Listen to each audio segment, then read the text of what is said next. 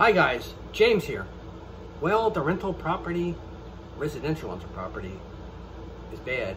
So is commercial, but residential is even worse because they're small-time people. You have so many different people living in different apartments. You have compounds of 200 or 300 people, while commercial property has maybe, depending on the size of the building, can have just 10 tenants. And those are long-term leases compared to residential, which is short-term, generally a year, some to 24 months. But the problem that people like Cardone have is that you overpay for these properties during the last 3 years, the height of the market, and now you're not getting the rent. So what happens? The valuation is driven down. So once you paid, say you paid 80 million for the property, it's worth 60 million, your valuation. So now there's the profit margin, the valuation is really taken out. Before you had a little bit of money left in the building. Now it's dropping down, you're losing 20–30% in valuation. You're saying, how do you know that? Well, you have to look at the receipts, rental receipts coming in. You need rental receipts to make money. The margins were always slow in residential properties. It's residential properties, they're overpaid for. You take high-end mortgages. He took huge mortgages all the time. It's been his mantra. If you go on his website, it's take a mortgage out, buy.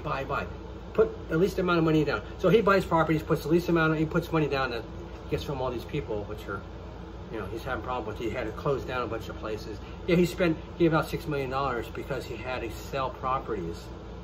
He has to sell. He can't afford to keep his properties, and that's what's killing him right now. He overpaid, no rent, and the valuation should drop. So to go sell the properties, now he's underwater on the properties. He can't get the money out that he paid for. That's a big problem that he faces. Because he bought so many properties in the last 2 years. He probably bought 7 or 8 properties at big money. He doubled his holdings in the last 5 years, which is, great. I mean, it sounds wonderful, but the problem is, it's a lot of debt. And when your property values are getting lower and lower, so you have nowhere to go into your property to take money out to pay off other debt or to refinance your debt. It's hard to refinance your debt when your valuation is so low. Because what happens? They reassess the property again. They come in and look at it, say, well, look at it was worth 100 million. Now it's worth 80 million. That's a 20 million difference, and your mortgage is 70 million. There's really nothing they're going to do. They're not going to redo the mortgage. So he faces a huge problem there, and I don't know what's going to happen. We don't see the economy changing. We still got 40 million people unemployed. That hasn't changed very much. Yes, we're opening up more and more of the cities.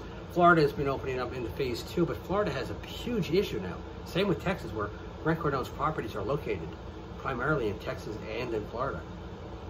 75% of his properties, or 80% of properties, are in Florida. He has some in Texas and Maryland and Georgia, whatever, but his biggest holdings are Florida. And Florida is in bad shape because we still haven't opened up any of the hospitality. All the hotels are still closed.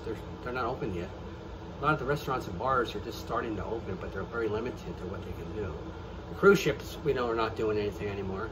Disney's trying to open up sometime in July, and same with Universal, but with huge restrictions. And all these people that live in all these rental properties are people who are in the hospitality business, and they face a huge problem. They've been on unemployment for 3 months now, and unemployment only works so far. Come July, there's going to be a big change. People lose $600 a week. So I don't know what's going to happen.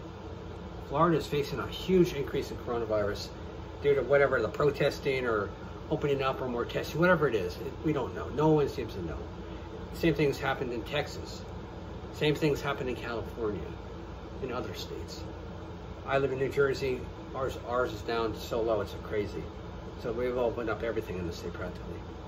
You can get haircuts. I didn't get one yet, but we can get haircuts now. All the stores are reopening. Everything was shut down before. Pretty soon inside dining will happen in a couple of weeks. New York, same thing. New York City has dropped considerably. Another 300,000 people went back to work today in New York City. It's changing, except for Florida, which has gotten worse. I want to go to Florida because I have friends down there. I want to move down there and look at properties, but I can't go there because I'm not allowed to. I have to go into quarantine, and that's what the big problem is, that 40% of the people who travel to Florida So all these hospitality places are from New Jersey, New York, and Connecticut, where all the money is. We are the people who go to Florida all the time at Disney, spend $7,000 to $10,000 for a vacation. We're the people that go there.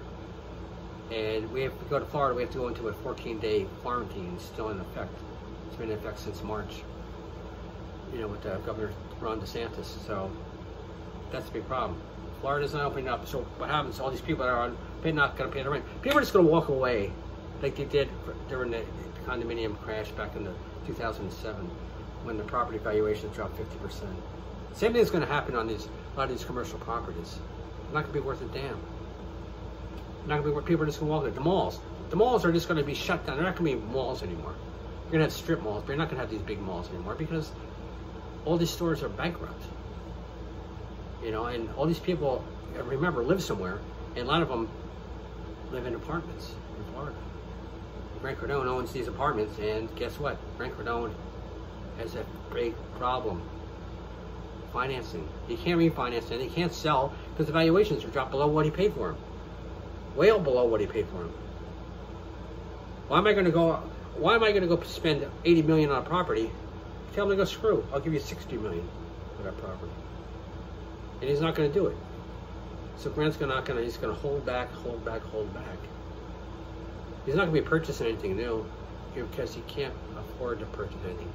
No one's going to lend him any money. Wake up, people. Rental properties aren't worth a damn. Grant Cardone's done videos. Oh, rental properties, hard to buy a two-family house. No, you don't need to buy a two-family house. Rental properties aren't going to make you money at this time.